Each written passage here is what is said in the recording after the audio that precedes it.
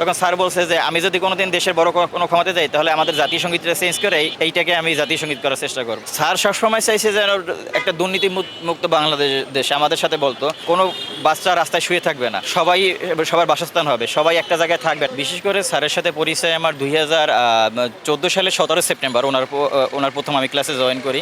তাই স্যারের সাথে স্মৃতি আছে অনেক, যা আমি বলতে গেলে অনেক সময় লাগবে, আমি সংক্ষেপে বলি যেহেতু আপনি জিজ্ঞেস করছেন।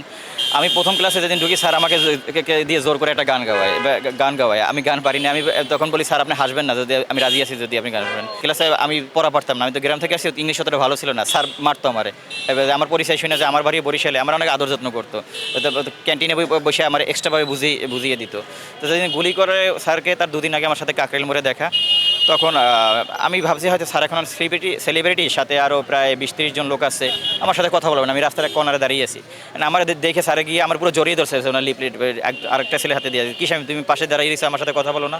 আমি বলছি স্যার আপনি এখন তো অনেক বড় লোক, এখন আপনার কাছে যারা তো বলো তুমি এতদিন এই ছিল না আমারে, তুমি ওর সাথে এতদিনের পরিচয়, আমি তোমার দেখে কথা বলবো না, আর তুমি তো দেখলে দৌড়ে আসবা। এরপরে তখন ওই পাশ থেকে 2-3টা লোক বলে, বয়স্ক লোক দাঁড়িয়ে পাকা, তারা বলছে যে ওসমান ভাই আপনারা তো অনেক লোক পছন্দ করেন, আপনার ভিতরে খেপে গেছে। তা বললো যে ভয় নাই, আল্লাহ আমাকে সহায় থাকলে কিছু করতে পারবে না। তার দুদিন পরে শুনি লোকটার মাথায়, এই স্যারের মাথায় গুলি দিল। আমি ভাবতে পারি না, সত্যি কথা আমার স্যারের স্মৃতি মনে পড়লে সে কান্না চলে আসে। যেদিন আমি শুনছি স্যারকে গুলি দিয়েছে, ওদিন আমি মতিঝিল ছিলাম, আমি সাথে সাথে দৌড়ে এখানে আসছি। স্যারের জানাজায় গেছি আমি, স্যারের স্মৃতি কয়টা আমি বলবো, মনে করতে গেলে আমার কান্না চলে আসে এখন ওই স্থির। স্যারের যে বললাম যে আমি ইংলিশই পারতাম না, আজকে যতটুকু আমি ইংলিশ পড়তে পারি বা ফরেনারদের সাথে কথা বলতে গেলে স্যারের মুখটা বেশি ওঠে। ক্যান্টিনে চা খেতাম, স্যার কখনো আমাদের বিল দিতে দেয় নাই, আমাদের স্যার নিজের টাকা দিয়ে খাওয়াতো। ক্যান্টিনে বসে এক্সট্রাভাবে পড়া বুঝিয়ে দিত। স্যারের ওয়াইফ কোর্সমেট ছিল, আমাদের একই সাথে ক্লাস করতাম। স্যারের ওয়াইফের চেহারা আজ অব্দি আমরা দেখতে পারিনি। অনেকে স্যার ওয়াইফকে নিয়ে কথা বলে যে ওটা উল্টাপাল্টা কথা বলতে তাকে নিয়ে। তো তাদের একটা কথাই বলবো, আপনারা স্যারকে কীভাবে চেনেন আমি জানি না। আমার সাথে 2014 সাল থেকে পরিচয় স্যারের সাথে, 2017 সাল পর্যন্ত স্যারের আমি ক্লাস করছি, এটা না 3 বছর। স্যারের ওয়াইফের সাথে আমরা ক্লাস করি, আমরা কোনো দিন আমরা তার ফেস দেখতে পারিনি। আপনারা কীভাবে মিডিয়া সাহেব দুদিনের তার ফেস দেখবেন? তার ওয়াইফ অত্যন্ত পর্দাশীল। প্লিজ একটা কথাই বলবো, মা বোন আপনাদের ঘরও আছে, একজন নারীর পর্দা নিয়ে, শুধু স্যারের ওয়াইফ বলেন, একজন নারীর পর্দা নিয়ে কিছু বললেন না। আর যারা এই কাজ করছে তাদের কিছু না, একটা কথাই, এই পৃথিবীতে নমরুদ আসছে, ফ্রাউন আসছে, সবাই ধ্বংস হয়ে গেছে। এরশাদ শিকদার ছিল, হিটলার ছিল, তাদের মতো শক্তিশালী জোয়ানে আর পৃথিবীতে কোনো অস্তিত্ব নেই।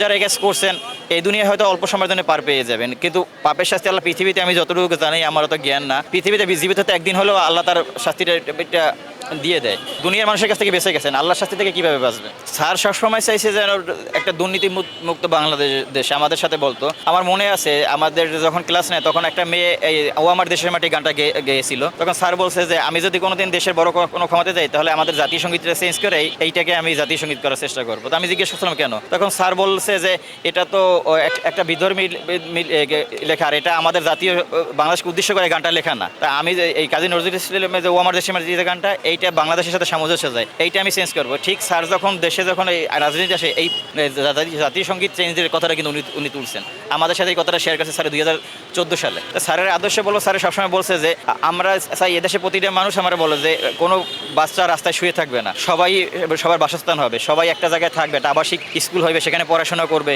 আর একটা মার্কেট হবে যেটা আয় দিয়ে বাচ্চাদের খুব ভরণ বহন হবে, এবং বৃদ্ধাশ্রমের যারা থাকে তারা অভাবে অবহেলা থাকবে না, তারা বাচ্চাদের সাথে থাকবে, তারা বাচ্চাদের সঙ্গ পাবে, বৃদ্ধরা বাচ্চাদের সঙ্গ পাবে, এবং বাচ্চারা বৃদ্ধদের সাথে মা বাবার মতো একটা সঙ্গ পাবে। এরকম একটা প্রতিষ্ঠান স্যার গড়তে চেয়েছিল। এটা আমাদের সাথে 15 সালে স্যার শেয়ার করছিল।